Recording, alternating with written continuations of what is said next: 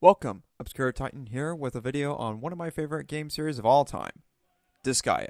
Some of you who have been following on social media know about this by now, but some of you who haven't may be wondering what got me into the series. There's so much from it I enjoyed for a decade, all the way from 2012 to this year. So, what got me to love this penguin-throwing slamfest? Let's find out. Before I begin, there will be some spoilers ahead. Be wary. My journey with this SRPG began on September 2012. I can't remember the exact day I first saw an image of Disgaea 3, but it's the month I first saw it. It was in my AP art class doing an assignment. Yes, it was a college-level art class. You're welcome. I started looking up what Disgaea was all about. An SRPG with plots differing from each other. Think of Final Fantasy, but with demons as the primary characters with some variety of humans and angels thrown in. I've been wanting a PS3 and Disgaea 3, which I feel is horribly underappreciated. But since I made my Christmas set prior to wanting the PS3, I ended up getting Disgaea 2 for the PS2.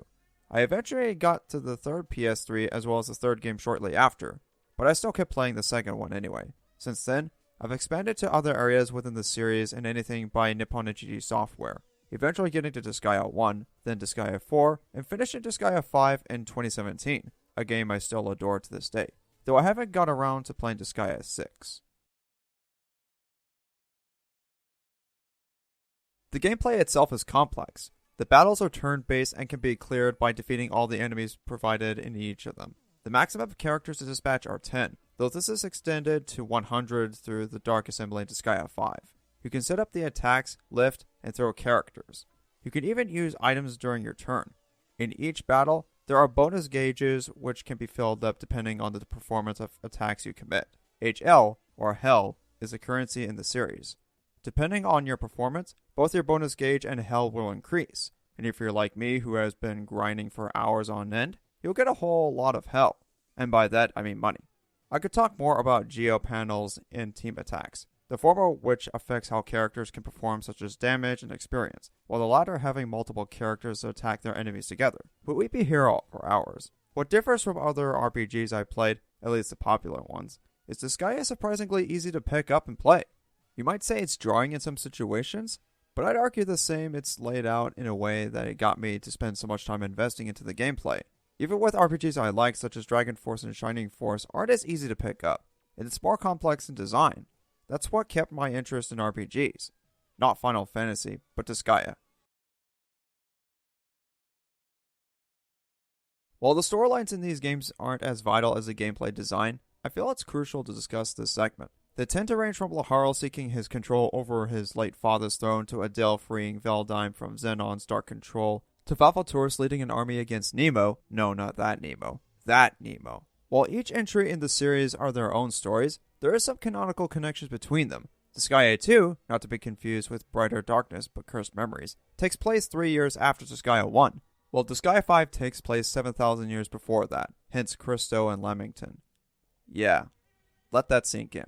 There's some intriguing connections between storylines and characters. The characters are interesting in their own right and have well-established motives. Not everyone in the series is super well-developed. Clichés and tropes can be a common trope from time to time, but it carries more well-written characters than not. As an artist, I like the fact Disgaea has a distinct anime style. The artist, Takehiro Harada, is known for drawing the characters and setting. Most anime nowadays tend to look similar, and even back in the 2000s, there tends to be similar feels of the style. Disgaea is a unique one. It has a whimsical feel despite having demonically themed traits throughout the series. This also ranges to Japanese themed characters such as Samurai and Konohachi. Other culturally designed characters show up as well, and even futuristic ones such as Gordon, Jennifer, and Thursday in the first game.